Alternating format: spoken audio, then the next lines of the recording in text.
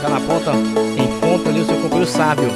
Sábio bateu de longe para a defesa do Nicolas.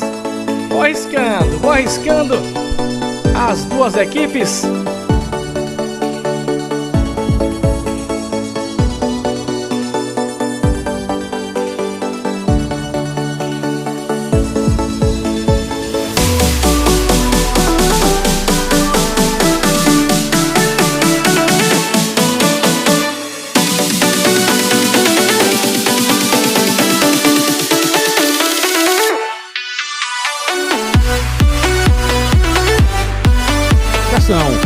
Preferiu tocar atrás, tocou forte demais atrás, começar tudo de novo o Piauí Esporte Clube.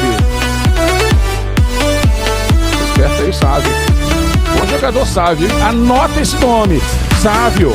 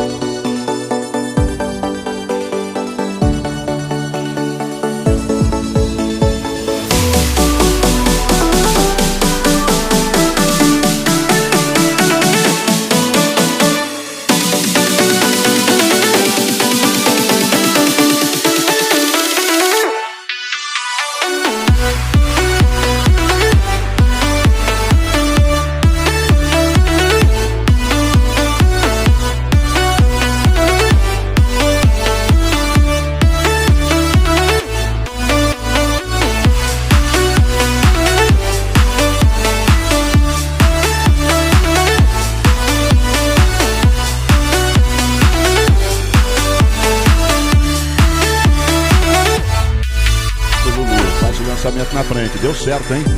Mas o zagueirão vem chegando para conter o avanço. O zagueiro da equipe do Piauí, ali o camisa número 4, o Ian Sábio, recua para o goleiro Linhares. Com a perna direita, sai jogando aqui pelo lado esquerdo. Aí o Ian mandou para frente, a bola viaja, vem buscar os outros.